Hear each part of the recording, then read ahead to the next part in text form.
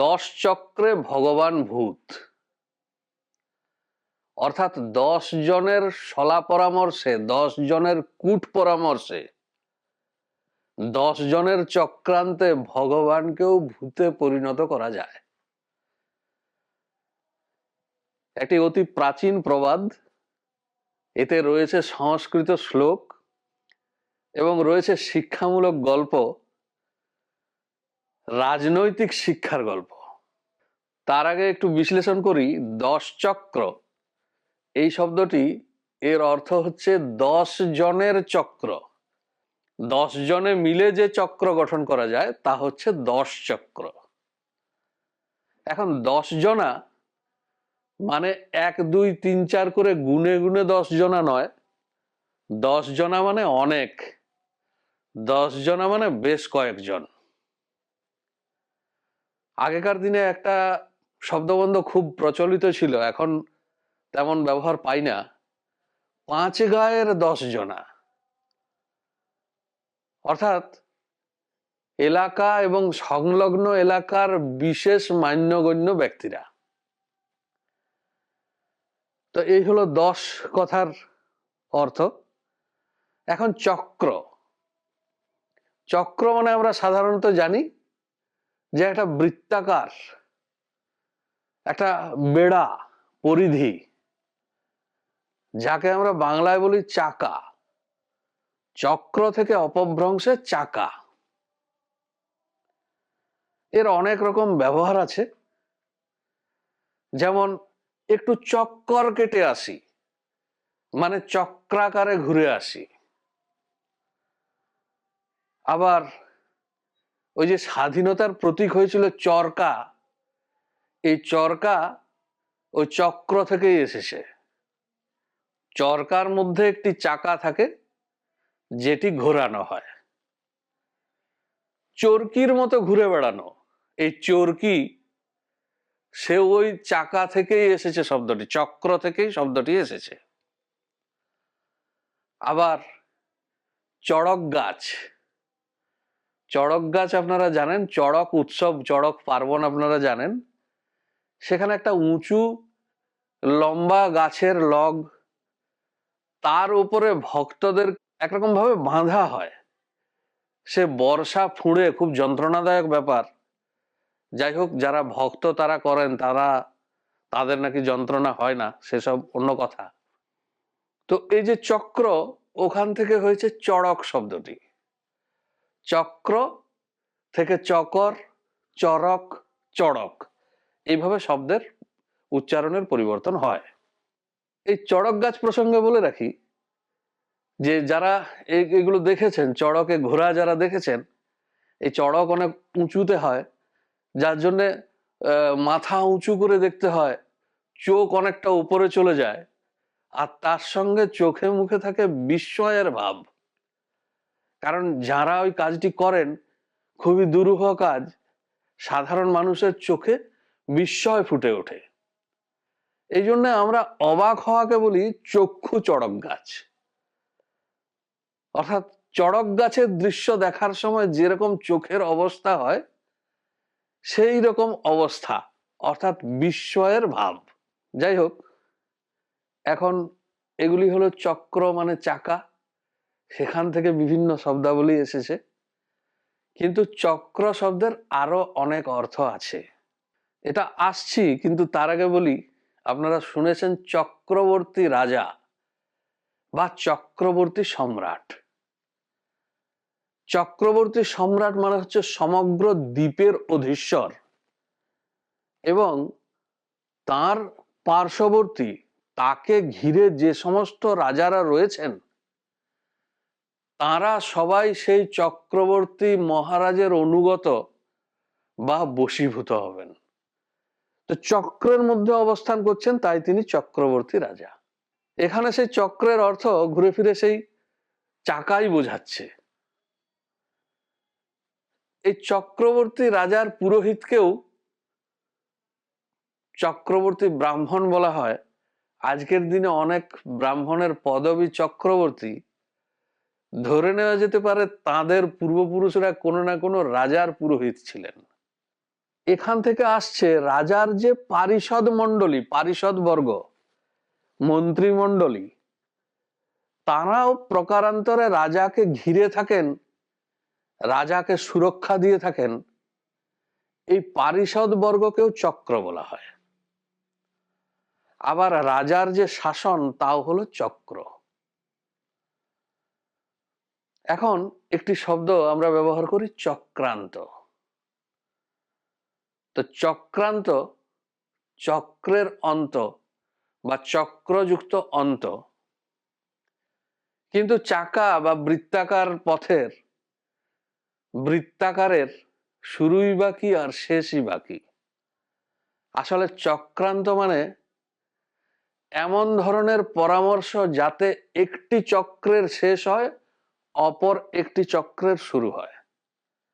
একটি রাজত্বের অবসান ঘটে, আরেকটি রাজত্বের শুরু হয়।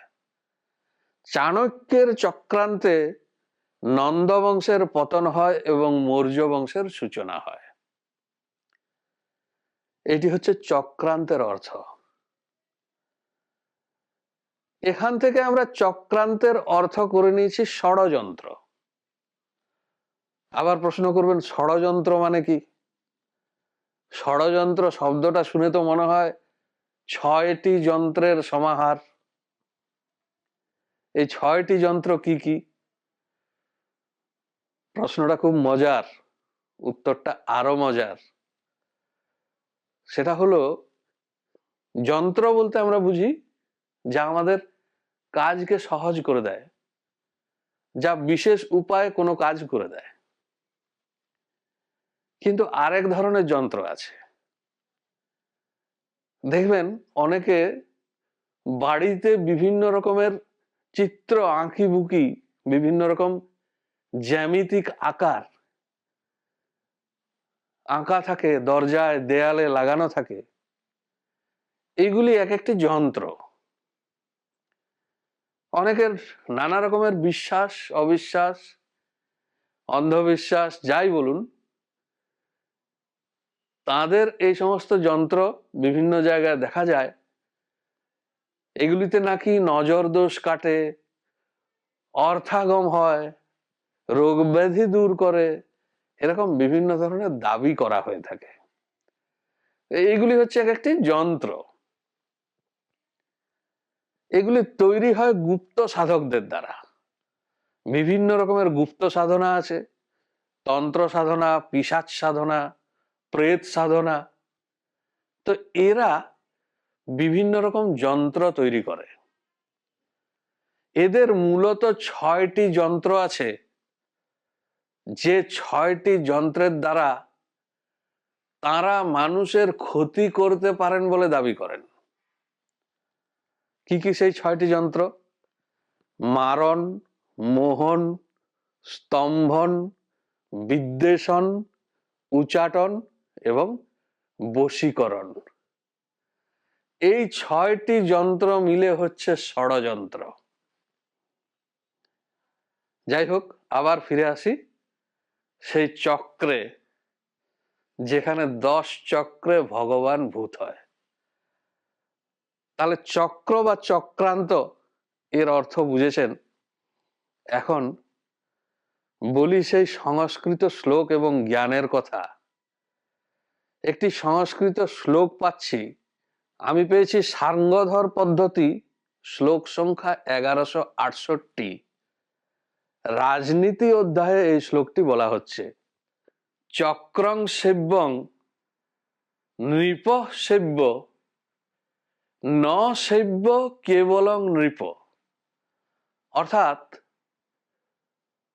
চক্রং সেব্যং, চক্রের সেবা করো, নৃপং সেব্য, নৃপের সেবা করো, রাজার সেবা করো, ন সেব্য কেবলং নৃপ, কেবলমাত্র রাজার সেবা করো না। অর্থাৎ আপনি চক্রের সেবা করুন, আপনি রাজারও সেবা করুন, কেবলমাত্র রাজার সেবা করলে হবে না। এখানে একটু অর্থটা পরিষ্কার করে বলি। এখানে সেবা করা মানে ওই পা টিপে দেওয়া নয়, সেবা করা অর্থে যথাযোগ্য মর্যাদা দেওয়া, যার যথাযোগ্য মর্যাদা দেওয়া। আপনি যদি অফিসের বড় কর্তার ঘনিষ্ঠ লোক হন, তাহলে দেখা যায় আপনি বড় কর্তারই সেবা করেন, কিন্তু বড় কর্তার যে সাঙ্গপাঙ্গ, বড় কর্তার নিচে যে মেজ কর্তা ছোট কর্তারা আছে, আপনি তাদের পাত্তা দেন না। এটি মানুষের স্বভাব। উপদেশ হচ্ছে চক্রং সেব্য নৃপ সেব্য, অর্থাৎ বড় কর্তাকে নিশ্চয়ই সেবা করবেন, কিন্তু তার নিচে যারা আছে তাদের যথাযোগ্য মর্যাদাও দিতে হবে। এই শ্লোকটির দ্বিতীয় লাইনে বলা হচ্ছে পশ্য চক্রস্য মাহাত্ম্যম মৃৎপিণ্ড পাত্রতাঙ্গত, অর্থাৎ দেখো চক্রের মাহাত্ম্য, যেখানে মৃৎপিণ্ড অর্থাৎ মাটির দলা, মাটির তাল পাত্রে রূপান্তরিত হয়, পাত্রে পরিবর্তন হয়। অর্থাৎ এখানে কুমোরের চাকার কথা বলা হয়েছে, কুলাল চক্র। কুমোরের চাকায় কি দেওয়া হয়? কাদা মাটির তাল দেওয়া হয়, তারপর সেই চাকা ঘুরিয়ে দেওয়া হয় এবং হাতের নিপুণ কায়দায় সেই কাদা মাটির তাল থেকে হাঁড়ি হয়, অন্যান্য বাসন হয়, বিভিন্ন রকম পাত্র হয়। অর্থাৎ চক্রের মাহাত্ম্য দেখো, যে সাধারণ একটা মাটির তালও কিরকম পাত্রে পরিবর্তন হয়। এই জন্য বলা হচ্ছে চক্রং সেব্য, চক্রেরও সেবা করো, চক্রকে ছোট করে দেখা উচিত নয়। এটার একটা পাঠান্তর আছে, এই দ্বিতীয় লাইনের একটা পাঠান্তর আছে, সেখানে বলা হচ্ছে অহ চক্রস্য মাহাত্ম্যাৎ ভগবান ভূততাঙ্গত, অর্থাৎ এই চক্রের মাহাত্ম্যে ভগবান ভূতে পরিণত হয়েছিল। এটা বুঝতে গেলে একটা গল্প আছে, সেই গল্পের উপদেশ এটা। সেই গল্পটা জানতে হবে। সেই গল্পটা এরকম, এক রাজার সভাসদ সভামণ্ডলীর মধ্যে ভগবান বলে একজন ব্যক্তি ছিলেন। ভগবান ছিলেন রাজার খুব প্রিয় পাত্র। এ কারণে ভগবানের অবারিত দ্বার ছিল রাজার কাছে, তিনি যখন তখন রাজার কাছে পৌঁছে যেতে পারতেন। আর এই কারণে ভগবান অন্যান্য পারিষদ বর্গকে একটু বোধহয় অবহেলার ছলে, একটু তাচ্ছিল্যের সঙ্গে দেখতেন। ফলত ওই রাজপরিষদ বাকি যারা, তারা সবাই মিলে পরামর্শ করলো এর একটা বিহিত করা দরকার। কি করা দরকার? এই ভগবানের রাজদরবারে ঢোকাটাই বন্ধ করে দাও। চক্রের পরামর্শে কি হলো? ভগবানের রাজদরবারে ঢোকা বন্ধ হয়ে গেল। সমস্ত সিপাই শান্ত্রী যারা আছে তাদের বলে দেওয়া হলো ভগবানের রাজসভায় প্রবেশ নিষিদ্ধ, রাজামশাইয়ের আদেশ। এদিকে রাজামশাইয়ের যেহেতু প্রিয় পাত্র, তিনি খোঁজ নেন ভগবান কই। তো বলা হলো যে ভগবান অসুস্থ। কদিন পরে রাজামশাই যখন আবার খোঁজ নিচ্ছেন ভগবান কই, বলা হলো ভগবান মারা গেছে। রাজবৈদ্যকে ডাকা হলো, তিনিও চক্রের সদস্য, তিনিও সাক্ষী দিলেন ভগবান মারা গেছে। এদিকে ভগবান প্রতিদিন রাজোদ্বার থেকে ফিরে যায়, শান্তি তাকে ঢুকতে দেয় না। 2 দিন 4 দিন, সপ্তাহ, মাস কেটে যায়। ভগবান বুঝতে পারে যে একটা কিছু ষড়যন্ত্র করা হয়েছে, রাজামশাইয়ের সঙ্গে দেখাটা করা দরকার। রাজামশাই একদিন বেরোলেন নগর পরিভ্রমণে। ভগবান খুব চেষ্টা করলো রাজামশাইয়ের সঙ্গে দেখা করার জন্য, কিন্তু ওই যে পারিষদ বর্গ, ওই চক্র, ভিড় ঠেলে ভগবান ওখানে পৌঁছাতে পারলো না। চক্রের লোকজন তাকে আটক করে তাকে ঘিরে রেখে দিল। শেষে উপায় না পেয়ে ভগবান রাজপথের ধারে একটি গাছের ডালে উঠে বসে রইল। রাজামশাই যখন ওই পথ দিয়ে ফিরছেন তখন ভগবান চিৎকার করে বলল, রাজামশাই, রাজামশাই, আমি এখানে। রাজামশাই তাকিয়ে দেখলেন, আরে এ তো ভগবান। সঙ্গে সঙ্গে পারিষদ বর্গকে বললেন, আরে তোমরা কি কথা বলছো? তোমরা বললে ভগবান নাকি মরে গেছে। ওই তো ভগবান, ওই তো ভগবান গাছের ডালে বসে আছে। চক্রের প্রধান এসে এগিয়ে এসে বলল, রাজামশাই, রাজামশাই, ওদিকে দেখবেন না, ওদিকে তাকাবেন না, ভগবান ভূত হয়ে গেছে। সঙ্গে সঙ্গে অন্যান্য যারা পারিষদ বর্গ সবাই এসে রাজামশাইকে একযোগে বলতে শুরু করলো, রাজামশাই, ভগবান ভূত হয়ে গেছে। এভাবে 10 চক্রে ভগবান ভূত হয়েছিল। আর এভাবেই এই গল্প থেকে যে উপদেশ পাওয়া যায়, যা আজকের দিনে রাজনীতিতেও প্রযোজ্য, যে আপনি বড় নেতার হতে পারেন খুব ঘনিষ্ঠ, কিন্তু তার যারা পারিষদ বর্গ থাকবে তাদের সঙ্গেও ঘনিষ্ঠতা বজায় রাখুন, তাদেরও যথাযোগ্য মর্যাদা দিন, নইলে ভগবান যেরকম ভূতে পরিণত হয়েছিল আপনারও সেই পরিণতি হতে পারে। উপদেশ হলো, চক্রং সেব্যং নৃপ সেব্য, ন সেব্য কেবলং নৃপ। চক্রের সেবা করো, রাজারও সেবা করো, শুধুমাত্র রাজার সেবা করলে হবে না। ভালো থাকবেন সবাই।